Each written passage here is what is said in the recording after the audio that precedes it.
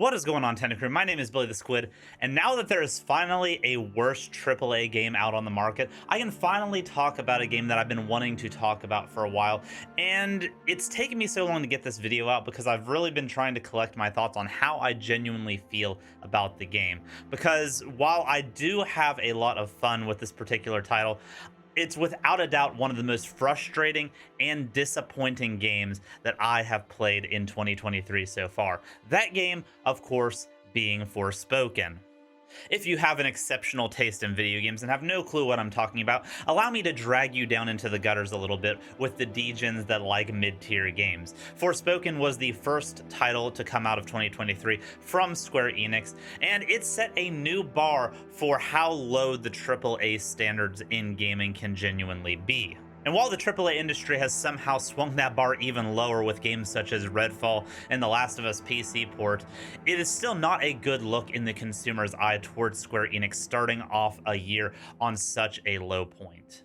And it affected Square Enix so negatively that they ended up shutting down and reabsorbing the staff members of Luminous Studios back into Square Enix itself, giving that studio's one opportunity to become a strong independent studio within Square and snuffing it out, deservedly so.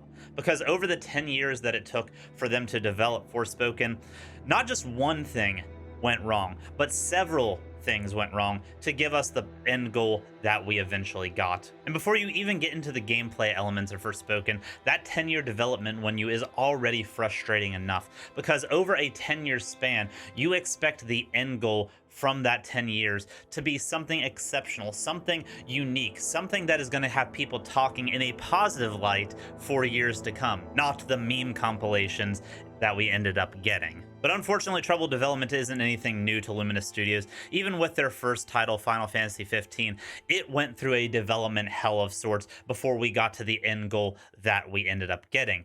Luckily for Final Fantasy 15 fans everywhere, such as myself, Square Enix was gracious enough to allow Luminous Studios to fix this game in post, adding in the chapters for each of the side characters, allowing them to add in those characters being playable, and overall making the game a complete experience by the end of the DLC track, even if the last third of the game still feels extremely rushed. And it's most likely that Square was only willing to allow them to do this, one, because it's a Final Fantasy title and they don't need their mainline franchise going down into the dirt, and two, because they saw this as an easy way for them to monetize on that brand.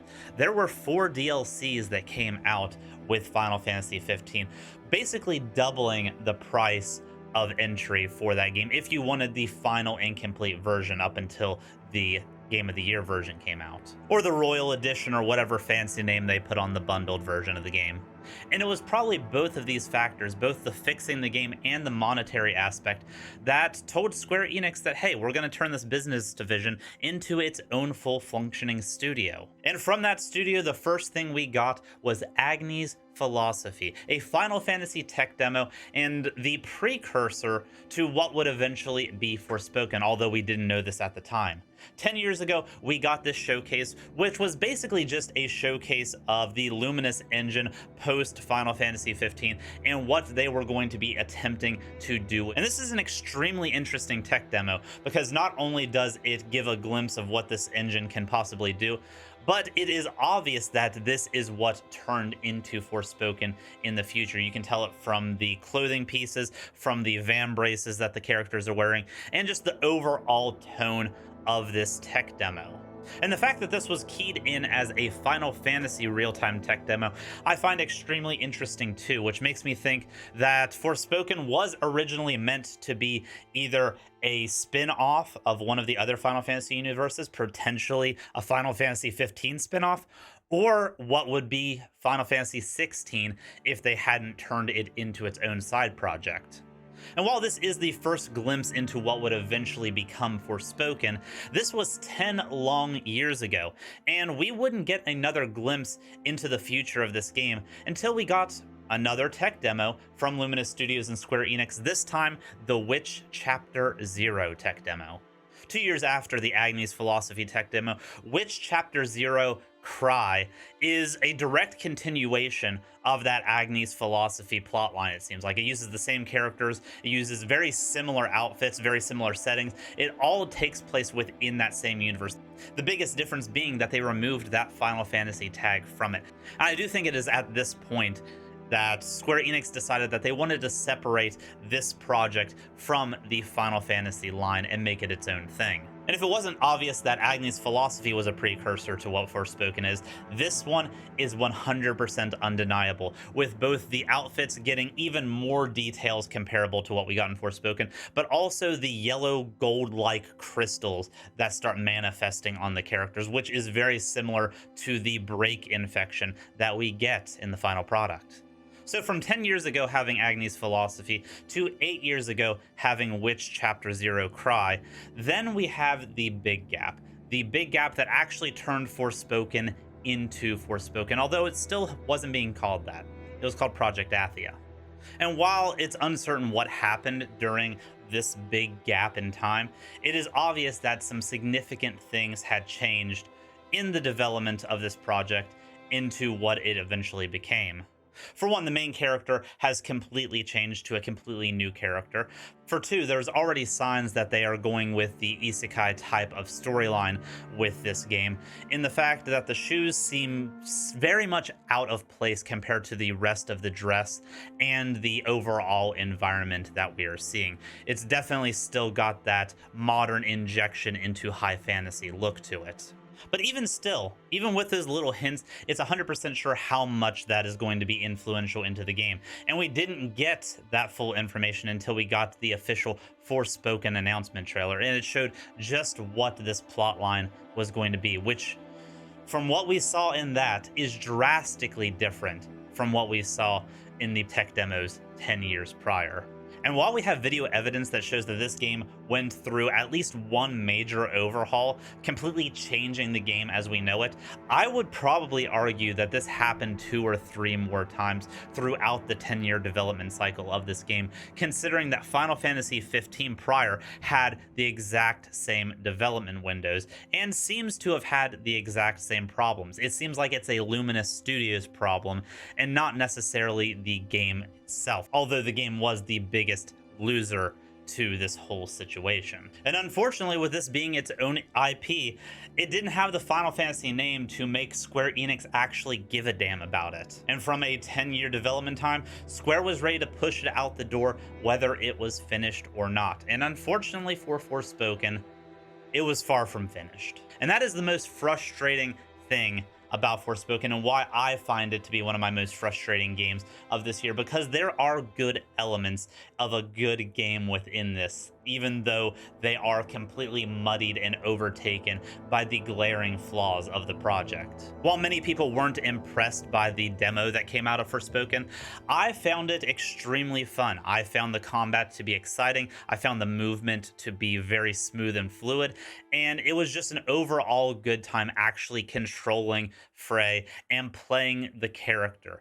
It was a genuinely fun combat experience to me, and honestly one of my favorite modern combat experiences to come out. It was unique, it was exciting, it was fresh, and I really wish that that combat system could be pulled from this game and put into a different game, a finished game, because the most frustrating aspect of Forspoken is that even the good things about this, the very good things, such as that parkour system in combat, they're never going to get their time to shine because of the nature of the title. And what's most frustrating is that the good aspects, such as the parkour and the combat systems, are going to die with this game. After the DLC comes out, I doubt we're going to get anything else from this franchise, and rightfully so. The game failed on most major aspects that people expect from a AAA game. Past the demo, I was giving it a little bit more credit than what it deserved. I was taking what the Luminous Studio developers were saying at face value. They said that this was not going to be an accurate representation of what the final game would end up being. And they lied. Because at the end of the day, this demo was exactly what you expect from Forspoken. It was an open world that had very little reason for you to go around and explore it. While it was fun to do so, that was the only motivating factor. The questing system was boring or non-existent. The map and focal points was somehow worse than what Ubisoft does, which is like the bare minimum standard for what you expect from open world exploration. And the thing that the community latched onto the most was exacerbated in the fact that most people did not like Frey Holland and how she interacted with Cuff and the world around her. She was an unlikable character, and this was intentional. They made her an unlikable character for the sake of progression of her character throughout the game. Unfortunately, whenever your character doesn't become likable until the last quarter of the game, most people disconnect. They don't want to play as somebody or spend time with a character that they genuinely do not like. It is going to degrade that experience whether you redeem them at the end points of the game or not. So for me, the end game ended up expanding on what I genuinely liked about the game, but also expanded on everything else that people did not like about the game. And I've never seen a game that has such a clear-cut show of where the budget got dropped to get this game pushed out. NPCs look horrible. The environments that you take place in that aren't open world areas look terrible. The dialogue is unmeshed together. It feels very clunky and disconnected. There's not a lot of emotion behind any characters outside of the main cast. Everything just feels out of place and unfun, which, again, extremely disappointing because I did have fun with this game. I did enjoy the parkour systems and the combat, and the final version of the game only expanded on my enjoyment of those systems, which makes it infinitely more frustrating that I'm never going to get a game with this combat system again, let alone a good game with this combat system. And while we're lucky enough to live in the modern age where games can be fixed in post, that only works if the basic skeleton framework of that game is able to be repaired. And unfortunately, Forspoken's base framework is so broken and fragile that you can only expand on the good things, but you're never going to be able to make the bad things any better. The only hope for Forspoken is that DLC that's coming out, but given the state that the final game came in, I am not holding my breath on its quality. But we will see. And if you're interested in seeing what that has in store, don't forget to like and subscribe. We will be playing that Forspoken DLC as soon as it comes out because I've already purchased it and I can't get a refund, so we might as well give it a shot. Hopefully the DLC continues to expand on the good aspects of Forspoken and gives me a more fun experience overall, because at the end of the day, I did not mind the story, but I really fell in love with the gameplay aspects overall, and I just want a little bit more of that before I put this franchise to bed. But until then, Tentacrew, much love. Bye-bye.